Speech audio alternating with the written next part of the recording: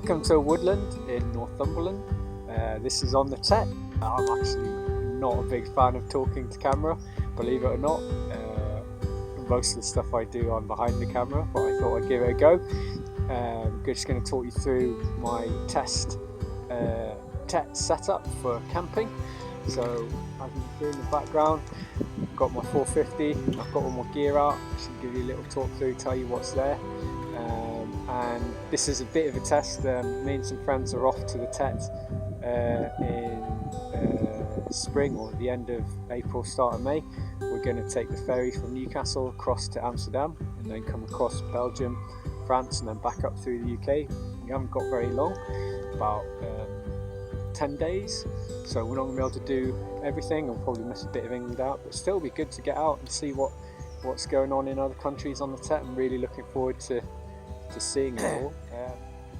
The gear that I've brought with me today, I'm not actually camping out tonight, it's just a bit of a test run. I was meant to go further, but I had an off earlier and I landed on my knee and it really hurts, so I need to go get some painkillers, so I'm cutting it short a little bit. What I'm trying out today is a really lightweight and small camping setup. Very, very little room to carry kind of any extras. Okay, so we have, in no particular order, we've got my Thermarest. Now that's a 3/4 length one, so it doesn't quite go the full length of the body, but it means it packs a bit smaller. I think you can get smaller ones in this. I've had this for about 10 years now, it still works fine. Sleeping bag, it's a 3-season sleeping bag. Again, I've had it a little while.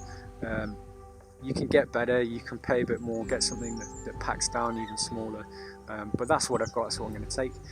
In the dry bag is a Valde one-man tent. Packs really small, it's fantastic, really light, pegs an extra.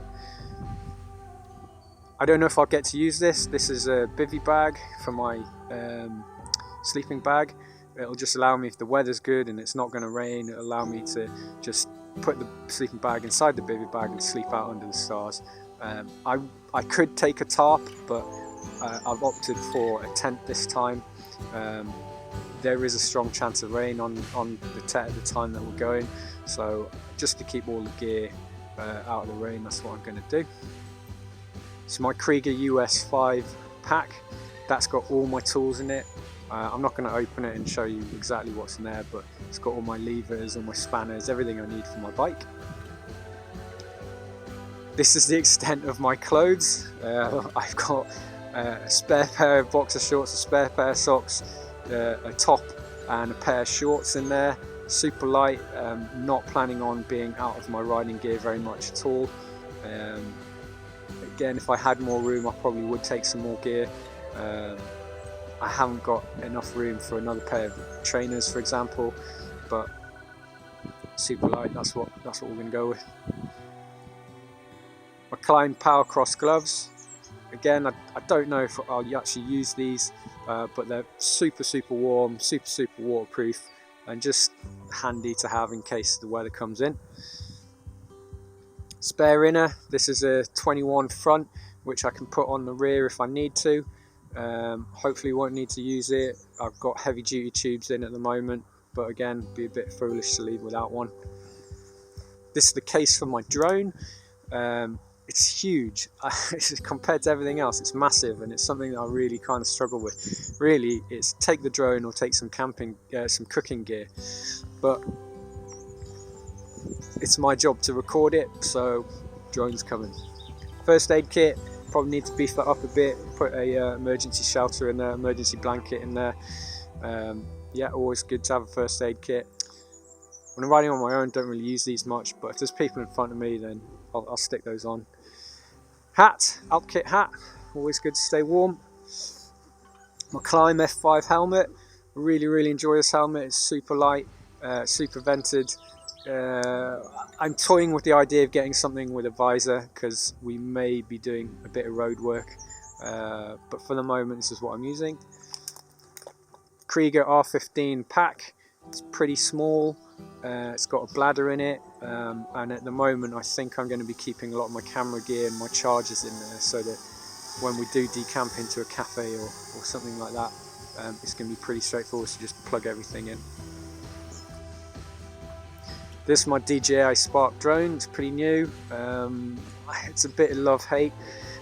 I love the footage. I hate the faff that it takes to actually get that footage. It's a bit cumbersome, slows things down, especially when you're on your own. I'm using a power pack here to charge it up, which is pretty handy. So I'll charge the power pack while I'm riding from my USB on the bike, and then have that in my rucksack, so it's constantly charging. The batteries only last about 10 to 12 minutes, so you don't get much flight time for the amount of setup time, but hopefully you get a bit of good footage from it. What you notice isn't here is I don't have any cook gear.